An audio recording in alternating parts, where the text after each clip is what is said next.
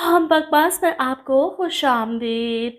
हुमार ड्रामे की अगली किस्त में आप देखेंगे कि कहकशां बेगम की अकड़ तो ख़त्म होने का नाम नहीं ले रही। सब बदल गए, लेकिन कहकशां बेगम को अभी भी लगता है कि इनका हराम का माल इनके पास वापस आ जाएगा और सब कुछ पहले की तरह हो जाएगा। फुरकान साहब का पछतावा और लाइबा का यूं पूरी तरह से बदल जाना इनकी समझ से बाहर है। इनकी आंखों में जो पैसे की हवस है वो मज़ीद कुछ सोचने समझने नहीं दे रही। इनके नज़दीक दोनों बाप बेटी पागल हो चुके हैं। वहीं फ़ाइज़ तो अपनी माँ से भी 4 हाथ आगे निकला।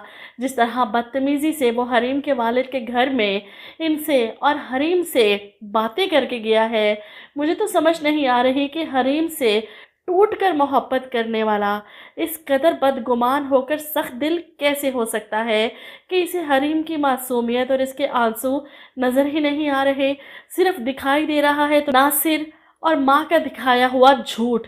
एक बार नासिर को हॉस्पिटल में जाकर मिल ले, हकीकत तो वही इसके सामने लाएगा, क्योंकि जो कुछ उसके साथ हो चुका है और जो कुछ इसकी बीवी ने इसके साथ किया वो देखकर तो काफ़ी तसल्ली हुई, क्योंकि वो यही डिज़र्व करता था।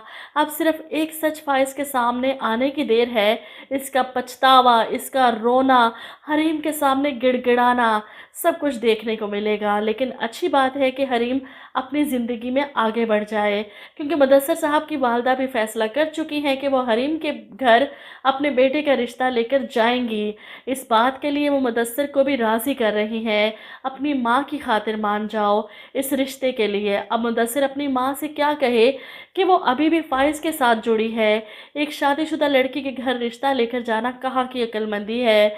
इसलिए अपनी माँ को टालने के लिए कहता है कि मेरे दिल में हरीम के लिए बहुत इज्जत और कदर है, इसीलिए मैं कोई ऐसी वैसी बात करके अपनी कदर खोना नहीं चाहता। अब ये हरीम की बदकिस्मती है कि जब भी मुदस्सिर साहब के साथ होती है, चाहे गाड़ी में, चाहे घर पर, चाहे घर के बाहर, फ़ाइज़ का इससे सामना ज़रूर होता है। इसी तरह एक रेस्टोरेंट में बैठे ये दोनों, जो फ़ाइज़ भी वहाँ आ जाता है। इन दोनों को एक साथ देखकर वो अपनी ज़ुबान से जहर उगलने से बाज नहीं आता। मुदस्सिर साहब जो हरीम से बात कर रहे थे कि देखिए मिस हरीम, आज नहीं तो कल आपको ये फ़ैसला तो करना पड़ेगा और ज़िंदगी में एक बाएतमाद साथी का होना ज़रूरी भी है और ये एक ब्लेसिंग भी है। अब फ़ाइज़ इनकी बात सुनकर आगे बढ़ता है। बाएतमाद, यही कहा ना आपने मिस्टर मुदस्सिर? सॉरी, मैं दखल अंदाजी की माजरत चाहता हूँ, लेकिन ये जो वक्त है ना, कई चेहरों की असलियत दिखा देता है। मुझे आपसे हमदर्दी है, क्योंकि इन जैसी खातून के दाम में फंसने वाला हर शख्स हमदर्दी का मुस्तहिक है। मुदस्सर साहब इस मामले को ऐसे नहीं छोड़ सकते थे। हरीम की इंसल्ट मतलब इनकी बेइज्जती। वो उठकर फ़ाइज़ के मुकाबिल खड़े होकर इसे आईना दिखाते हैं कि फ़ाइज़ साहब, हरीम जैसी लड़की आपकी ज़िंदगी की साथी बनी, लेकिन आप एक छोटे दिल, छोटी जहनियत के कमज़ोर इंसान निकले जो इनकी कदर ही ना कर सके। हमदर्दी आप मुझसे कर रहे हैं, लेकिन सच पूछें तो मुझे आपसे हमदर्दी है। हरीम एक बार फिर से फ़ाइज़ के मुंह से अपने बारे में ऐसे अल्फाज सुनकर खामोश रही, उठकर वहाँ से चली जाती है। मेरा ख्याल है कि इसे एक बार फ़ाइज़ को मुंह तोड़ जवाब देना चाहिए। बहुत से लोग कहते हैं कि हरीम कौन सी दूध की धुली है, ये भी तो फ़ाइज़ के निकाह में होते हुए नासिर से मिलती थी।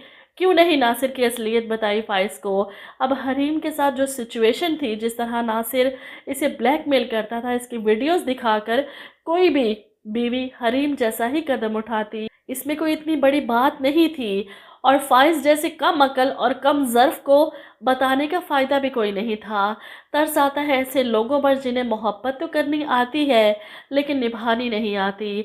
बहुत से लोगों को ये भी एतराज़ है कि फ़ाइज़ के निकाह में होते हुए मुदस्सर साहब के साथ घूमती फिर रही है। तो यहाँ पर भी मुझे इख्तलाफ है कि अव्वल तो वो जॉब करती है और कोई डेट नहीं मार रही। हर बार हर किस्त में फ़ाइज़ के सामने ऐसी सिचुएशन में इन दोनों को दिखाना ज़रूरी भी नहीं, लेकिन ड्रामा है और ऐसा ही लिखा गया है। और मेरा नहीं ख़याल कि फ़ाइज़ की इतनी बातें सुनने के बाद, इतनी बदगुमानी के बाद हरीम और फ़ाइज़ का रिश्ता बरकरार रहना चाहिए। आप लोग क्या कहते हैं इस बारे में? कमेंट करके अपनी राय ज़रूर दीजिएगा।